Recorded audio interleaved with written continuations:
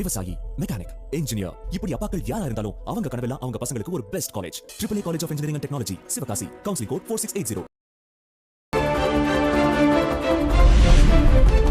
எல்லை தாண்டி மீன்பிடித்ததாக கூறி காரைக்கால் பகுதியைச் சேர்ந்த 12 மீனவர்களை கைது செய்தது இலங்கை கடற்படை. படகை பறிமுதல் செய்து மீனவர்களை காங்கேசன் கடற்படை தளத்திற்கு அழைத்துச் சென்ற அதிகாரிகள்.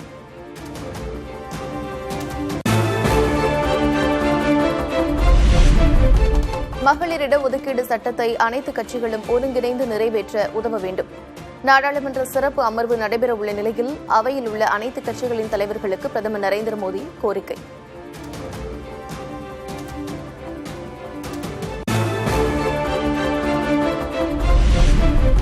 தொகுதி மறுசீரமைப்பு குறித்த தகவல்கள் தெரியாமல் மகளிர் இடஒதுக்கீடு சட்டம் குறித்து விவாதிப்பது பயனற்றது என்று காங்கிரஸ் தலைவர் கார்கே கருத்து.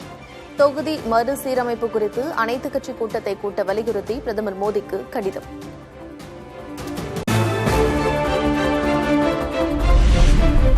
சட்டமன்ற தேர்தலையொட்டி தமிழ்நாடு முழுவதும் பூத் ஸ்லிப் வழங்கும் பணி தொடக்கம். சென்னையில் பூத் ஸ்லிப் விநியோகிக்க 4085 வாக்குச்சாவடி மையங்கள் ஏற்பாடு.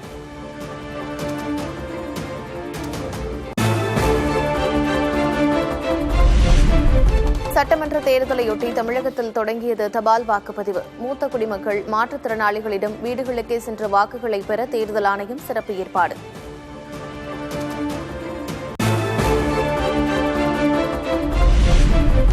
திமுகவின் மோசமான நிர்வாகத்தை அம்பலப்படுத்தும் பாஜகவினரை நினைத்து பெருமைப்படுகிறேன்.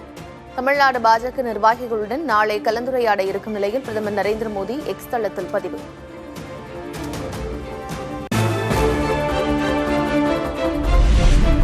ராமநாதபுரம் பரமக்குடியில் நடைபயிற்சியின் போது வாக்கு சேகரித்த திமுக தலைவர் மு க ஸ்டாலின்.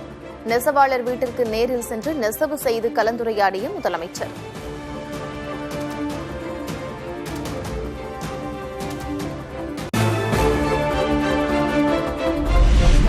திமுக தாவேக்கு இடையேதான் போட்டி என்று விஜய் பேசி வருவது குறித்து கேள்வி. நோ கமெண்ட்ஸ் என்று திமுக தலைவர் மு க ஸ்டாலின் பதில்.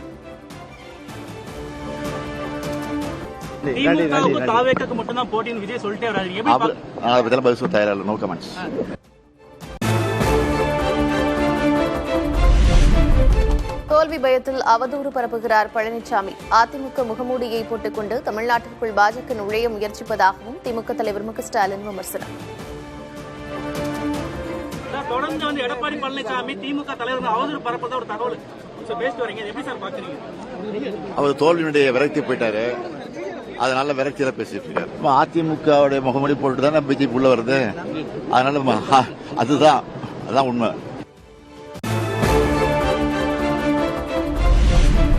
தமிழ்நாட்டில் இருமொழி கொள்கைதான் தொடரும் என்று மோடி, அமித்ஷா முன்னிலையில் பேச தயாரா? எடப்பாடி பழனிசாமிக்கு திமுக தலைவர் மு க ஸ்டாலின் சவால்.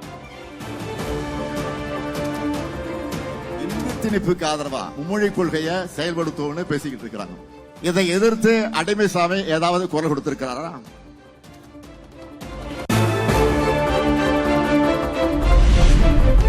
இயற்கை பேரிடர்களால் விவசாயிகள் அவதிப்படும் போது டெல்டாக்காரர் ஸ்டாலின் எங்கே போனார் என்று பழனிசாமி கேள்வி. வாடிய பயிர்களை தட்டில் வைத்து பார்வையிட்டவர் ஸ்டாலின் எனவும் சாடல்.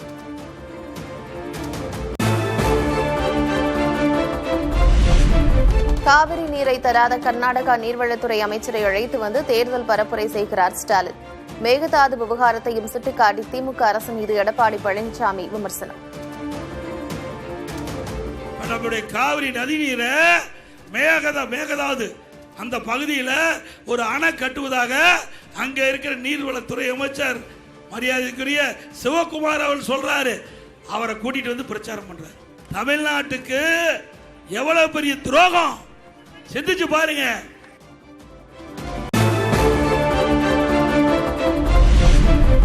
நடந்தாய் வாழி காவிரி திட்டத்தை திமுக அரசு கிடப்பில் போட்டுள்ளது. திருவாரூரில் அதிமுக பொதுச் செயலர் எடப்பாடி பழனிசாமி குற்றச்சாட்டு.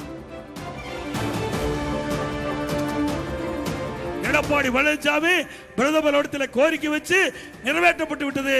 அதனால அரசியல் கால் பிடிச்சு கிடப்புல போட்டாங்க. 11,600 கோடி மத்திய அரசு கொடுக்கப்பட்ட நிதியை பயன்படுத்தாத அரசாங்கம், உங்களுக்கு உதவாத அரசாங்கம் தேவையா?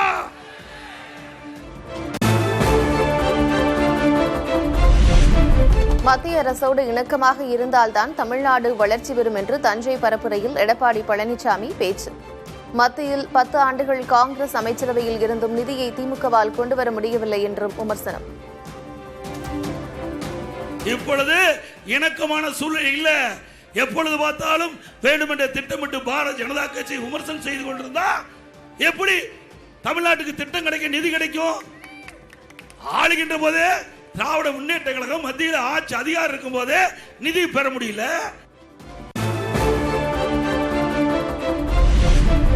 மகளிர் உரிமை தொகை திட்டத்தை நிறுத்த பாஜக முயற்சித்ததாக துணை முதலமைச்சர் உதயநிதி ஸ்டாலின் குற்றச்சாட்டு.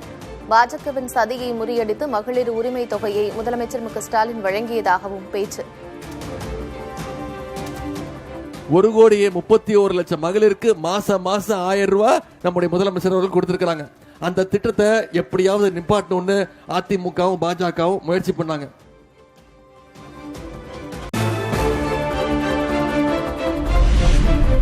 தேர்தலில் திமுக தோல்வியடைந்தால் கனிமொழி தனிக்கட்சி தொடங்கிவிடுவார் என்று பாஜகவின் அண்ணாமலை விமர்சனம்.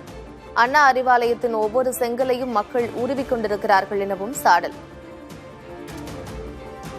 அறிவாலயத்தினுடைய ஒரு செங்கலையும் மக்கள் உருவி கொண்டிருக்கின்றார்கள். 2026 தேர்தலில் திமுக தோத்துச்சுன்னா கனிமொழி அக்கா தனி கட்சி, ஸ்டாலின் அண்ணன் இந்த கட்சி, திமுக யார்கிட்ட போகணும்னு யாருக்குமே தெரியாது. செந்தில் பாலாஜி ஆப்பர்ச்சுனிட்டி பாப்பாரு, அவர் கனிமொழிகிட்ட சேர்றதா ஸ்டாலின்கிட்ட சேர்றதான்னு செந்தில் பாலாஜி யோசிப்பார்.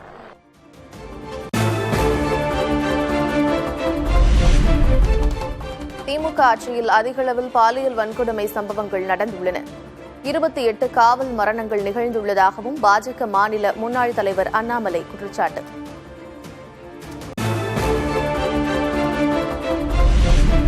எடப்பாடி தொகுதி தாவேக்க வேட்பாளர் துரோகம் செய்துவிட்டு சென்றுவிட்டார். கே. பழனிசாமி கொடுத்த பணத்திற்கு தாவேக்க வேட்பாளர் விலை போய்விட்டதாக ஆதவ் அர்ஜுனா கடும் விமர்சனம்.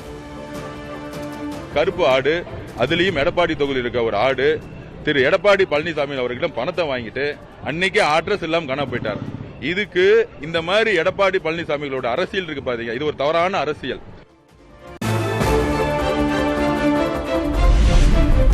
தமிழக லஞ்ச ஒழிப்புத்துறை ஐஜி துரைக்குமாருக்கு துறையில் கூடுதலாக டிஜிபி பொறுப்பு. லஞ்ச ஒழிப்புத்துறை டிஜிபியாக இருந்த சந்தீப் மிட்டலை தேர்தல் ஆணையம் விடுவித்த நிலையில் தமிழக அரசு உத்தரவு.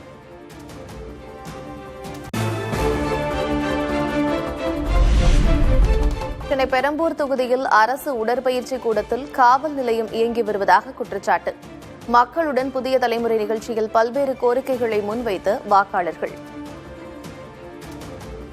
கல்லூரி லெவல்ல பார்க்கறது எங்க தொகுதியில் வந்துட்டு அம்பேத்கர் கல்லூரி மட்டும் தான் இருக்கு. அது இன்னும் சீரமைக்கவே இல்லை. போலீஸ் ஸ்டேஷன்ன்றது இங்க வியாசர்பாடி போலீஸ் ஸ்டேஷன் கடந்த 4 வருஷமா கவர்மெண்ட் ஜிம்ல தான் ரன் ஆயிட்டு இருக்கு. இங்க விளையாடுறதுக்கே பசங்க போனாங்கன்னா யாராலே விளையாட முடியல. அந்த தாய் சேய் மருத்துவமனையை நான் மறுபடியும் கணேசபுரத்துக்கு கொண்டு வருவேன் அப்படின்னு சொன்னாரு. 5 வருடங்கள் ஆயிடுச்சு, அதை பத்தி அவர் பேசவே இல்லை.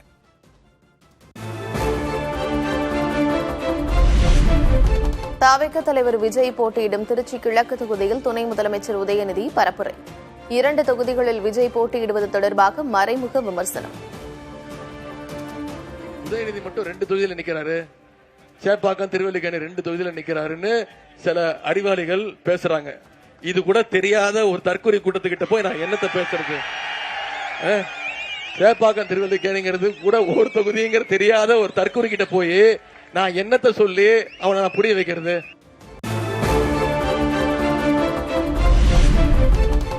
கன்னியாகுமரி மாவட்டத்தில் தாவேக தலைவர் விஜய் இன்று பரப்புரை. சாலை வலம் சென்று வாக்கு சேகரிக்க ஏற்பாடு.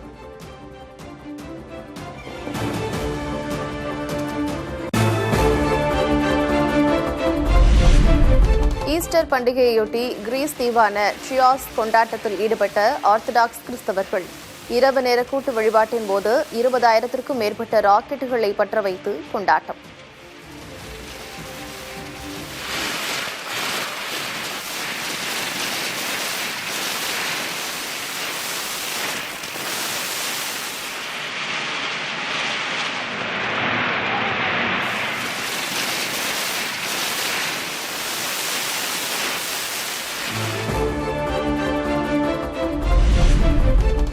ஐபிஎல் கிரிக்கெட்டில் டெல்லி அணியை 23 ரன்கள் வித்தியாசத்தில் வீழ்த்தியது சென்னை சூப்பர் கிங்ஸ். பேட்டிங்கில் சஞ்சு சாம்சன் மிளிர, பந்துவீச்சில் அசத்திய ஓவர்டன் மற்றும் கம்போஜ்.